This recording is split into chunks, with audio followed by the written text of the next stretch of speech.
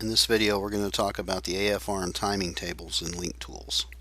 If I click on the AFR Timing tab, AFR tab, you can see that it's laid out basically the same way as the VE table was.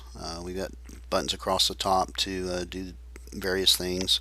If I right click, I've got a context sensitive menu here with the same commands as the VE table. We can paste and copy tables from ECMLink, store values, restore those values, reset table formatting, apply scaling, and of course open up our preferences dialog here. So to begin with, let's go to ECMLink and we'll get our AFR table. It's one of the open loop max octane or minimum octane tables, DA tables. Right click on the table, copy table, go to LinkTools, that is. Right click out here in the AFR table and hit paste table from clipboard. And you can see it brought all the data in just like it's presented in ECMLink. You have the ability here to store this table so that you can always come back to it. So if I come in here and I make some changes to it, want to restore back to what I have, I can right click and say restore save values, and it'll bring back the original value I brought in, or table that I brought in. You manipulate yourself through here just like you do in the VE table. Use the up and down arrows, left and right arrows. To change a value, hold control down and hit the arrows. Or of course you can just right click and type in a value if you'd like. Up here at the top you have a few buttons. I can clear the table if I want. Again, just restore it to bring it back. I can load default 1G, 2G, and Evo 8 AFR maps if I want to start with those and modify those. I can also go to the log chart view, similar to the way we did it with the VE table, and if I have an area of the log selected and right click and say highlight marked cells and then look at the AFR table, it's actually highlighted the cells in the AFR table to show me where I was at during the marked section of the log. So in this case I've got the spool up point of the log marked, and this is showing me which AFR cells I was hitting during spool up. So if I wanted to change my spool characteristics by manipulating AFR, these are the cells I would want to target. Right click and hit reset table formatting, and it erases that marked area. Now the AFR tables can really take advantage of the scaling parameters of LinkTools, because as you know it's really hard to get a nice smooth change and change values out here. It's easy to change a group of values, like this, but to get them to blend nicely, you have to individually scale them or individually type in the values. So what we can do with this, if we start with, let's say, a default 1G table, and I want to get a nice smooth transition, but yet I want all these 9.3 values to be something more reasonable, like let's say 10.8. Let's say that I want to keep the transitions nice and smooth, but these need to be ramped up. The way I would do that, right click and go to preferences, and on the scaling parameters, let's pick a smooth linear type of scaling first of all. I want to ignore anything below 0.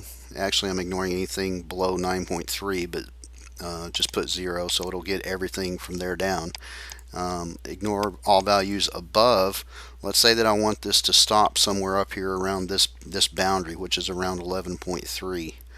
So my upper limit, ignore all values above 11.3, tells it for anything up in this area, don't do anything with it.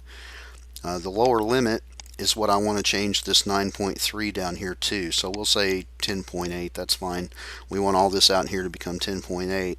And then as it scales up into the 11.3, the upper limit we want it to hit is 11.3.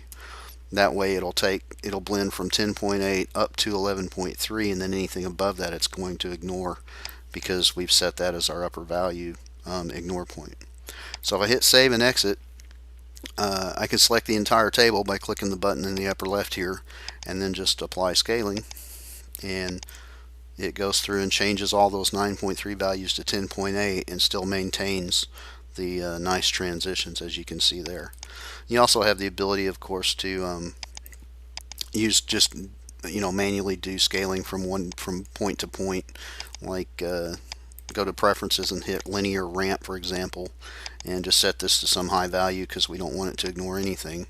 And then I can pick, say, from 12.5 to 9.5 on this row and apply scaling, and I'll get a nice smooth linear ramp just in that section. So the scaling parameters make it really easy to do quick manipulations on the AFR table here, and that comes in pretty handy. Over here on the timing table, it's basically the same. You can see that it's actually got the marked cells still in it from when I marked them in the log. Reset that. Go to ECMLink. Go to the timing max octane and minimum octane tables to get your timing values. Copy table, LinkTools, right click, paste table, and there's our timing data. Again, the main use of the timing table here is just what we were talking about with the marked cells. If I highlight the marked cells for spool up here and then look at them in the timing table, I can see where my timing is being affected. So if I want to change timing during spool up to try to get a faster spool or just a little more torque or whatever, this is showing me which cells are the ones that are most likely to be affected. And then of course you can load up default timing maps and manipulate those in the same way as you do the AFR table. Anyway, that's pretty much it for the AFR and timing tables. In the next videos, we'll be getting into some automatic VE corrections and some of the other things you can do with LinkTools.